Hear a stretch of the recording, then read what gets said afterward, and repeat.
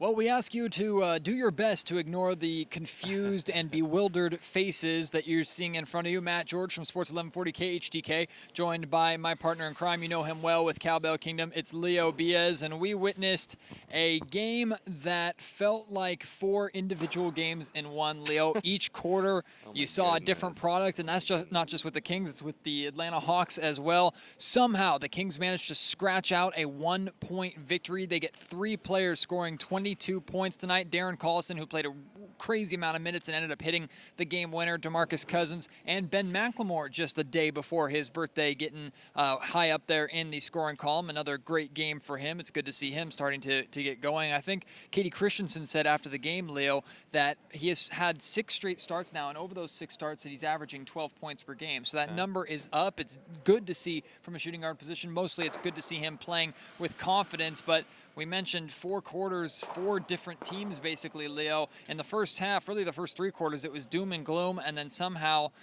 you just knew that this team was going to make a game out of it, and then they ended up pulling it out. Yeah, on the side note, Ben was trying to get 24 points because he's turning 24 there you go. tomorrow. But again, Ben had a great game, Matt. Right. I'm so happy for him.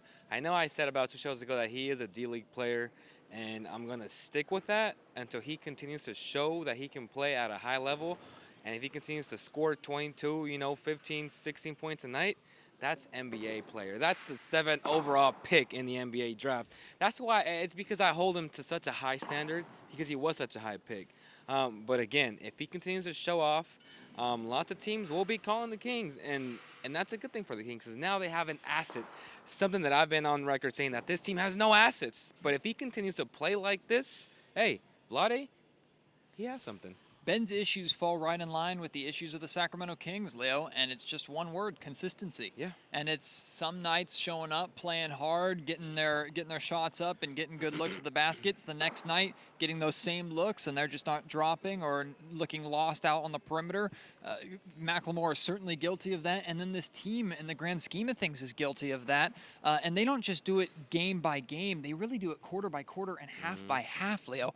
And it's just one of those things where it's entertaining from some kind of standpoint, but it's also infuriating as a fan and as a journalist covering a team where you really don't know what you're going to get, and it can switch on a dime. Yeah, and you mentioned how Ben had a great cut to the basket and how he can make a living off of that because he's so athletic and so fast, but sometimes he just doesn't read the right play, and he doesn't make that play, which is frustrating to watch because he can do it every single game. Yeah, with his athleticism, McLemore was known for his shooting ability with Kansas, but he certainly does have that athleticism and that quick speed to be able to cut to the basket.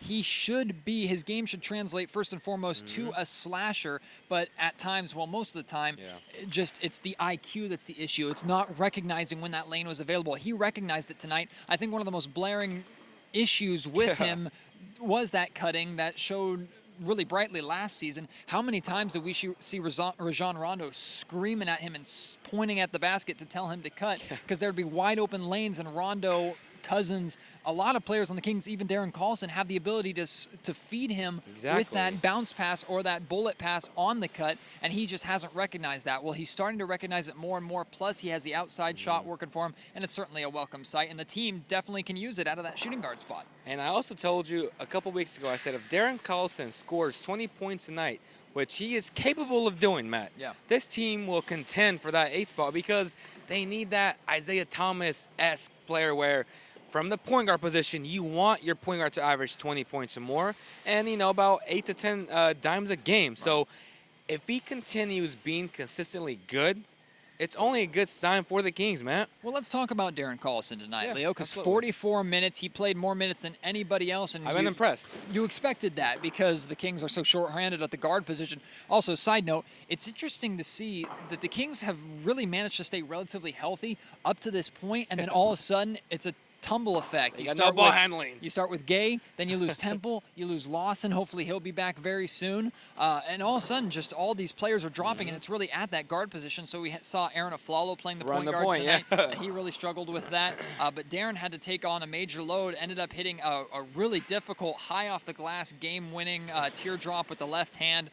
He was all over the place tonight. He did finish with 22 as well. Also had a lot of good looks, passing the ball. Unfortunately, not all of them resulted in assists because the shots just weren't falling, especially in that first half. But all around a good game. He's definitely my MVP tonight.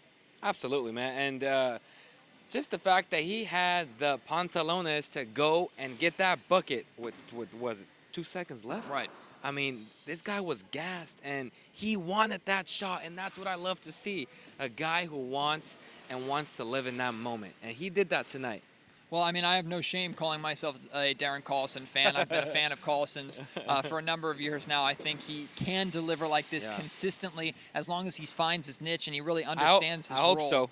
Whether he comes off the bench or he plays in a starting position, Darren can certainly be an asset for any team, not just the Sacramento Kings. So he could be another name potentially being thrown around there in trade rumors. We'll just have to wait and see. But let's really address the elephant in the room really quickly. We have to before this game or before this wraps up.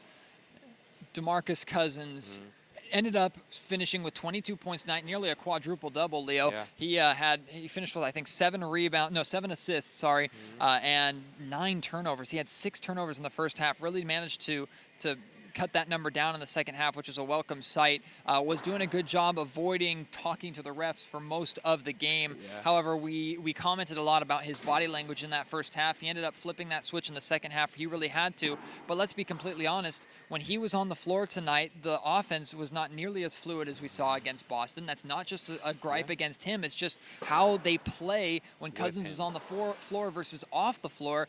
It's completely different because when he isn't on the floor, they're forced to move the ball around. They're forced to look for the outside shots and cut to the basket and move off of the ball. And you mentioned many times when Cousins is on the floor, it's give the ball to him and everyone just kind of stands around and watches. That's all they do.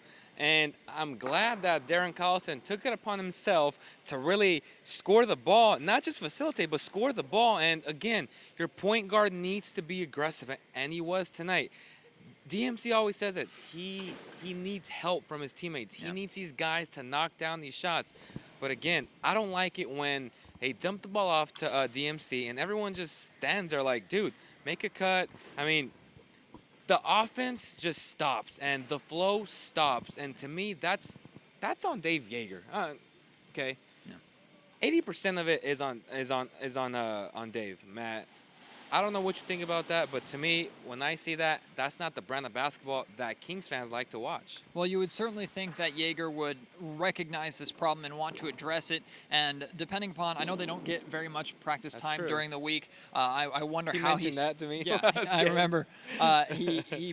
I'm sure he's trying to implement that, and he recognizes that, being the basketball mind that he is. I would also like to put a little bit of the blame not on Cousins or Yeager's shoulders, but also on the other players. I mean, even if it's not a clear system that's being shoved down their throats, they need to know that they do nothing for Cousins and nothing for the team by just standing around on the perimeter. They did a lot better about it in the second half, but as great of a game as Collison had, I mentioned to you there was a play where the ball was trapped almost at the half-court line, and Darren Collison was standing in the corner, and he stood in the corner for 10 seconds, and it was Anthony Tolliver that actually came up and received the pass to make sure they avoided the trap.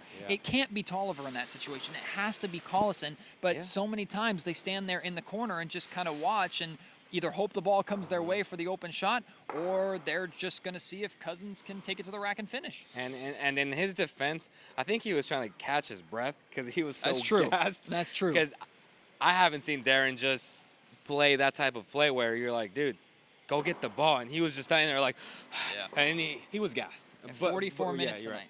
44 minutes. He certainly deserves all the rest and an extra massage, as I tweeted out. Dave Yeager said after the game in his press conference that they're going to give him some rest and allow him to kick his feet up a little bit tomorrow, which is good. A well-deserved off day. The Kings have now won 2 in a row, and they have a very winnable game in here on Sunday, when they host the Pelicans. New Orleans Pelicans. Thank you. Anthony Davis versus DeMarcus Cousins. AD had a huge game tonight. He did. And, as much of a guard league as it is right now with players like Steph Curry and maybe even small forward league, there are a lot of young and really talented bigs. I mean, you and I mentioned not just DeMarcus Cousins, but Joel Embiid, Karl Anthony Towns. Miles Turner. We got Anthony Porzingis. Davis coming in here, Porzingis. There's a lot of bigs coming into this league that can do a lot.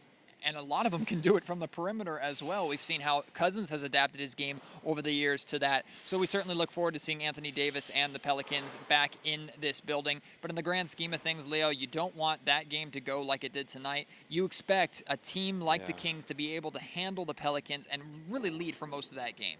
Absolutely. And if, like DMC said today, they can't continue to put themselves in that situation where they're down by 15, 16 points and expect to come back, because that is not a recipe for success. Yeah. We're going to wrap it up here as it's getting late. You can see them starting to turn off the screens behind us. By the way, new location. You'll notice we're not down on the floor. We're up here because they're tearing the floor down or cleaning it or doing something. I don't know what the heck goes on in this building, but that's a good thing. There's always something going on in this building, so we should know all the time. But clearly they're getting set up for something. I'm sure the court will be all back to normal for the game on Sunday. Let us know if you like this location better. Sometimes it's boring just looking at two talking heads, especially ones as ugly as ours. So if you like to look over our shoulder and see more of the Golden One Center, let us know. We love that feedback. Also, any feedback that you have from what we've talked about in tonight's game, just your thoughts on the game, your previews for the Pelicans matchup, anything. We want to hear it at Matt George, KHTK, at Beas Leo to reach us directly. Also at Cowbell Kingdom, we'll see that as well. Facebook, Twitter, Instagram.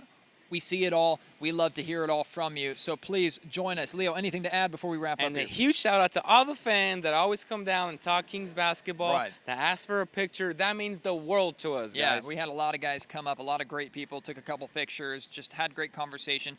We are part of you. We are an extension of you. We like to be closer to the team and bring what information we can and deliver it to you in an honest and a way with just filled with integrity. We try not to push agendas as much as possible. Actually, I would go as far as to say we don't push agendas, even though people may believe that we do at times when it comes to harsh criticism of certain players. But, you know, we love what we do, and we love doing it for you guys, and we love hearing that feedback from you guys, whether it's online or in person at the games. We highly encourage you to give us feedback and join the conversation in any way. So do it right now. I know you want to. I know you want to share your opinion, and we want to hear it, so please do. But until next time, for my partner Leo Beas, my name is Matt George. Thank you so much for joining the Cowbell Kingdom postgame show. The Sacramento Kings somehow scratch out a win. They beat the Atlanta Hawks by 1 point, looking for 3 in a row against the Pelicans on Sunday.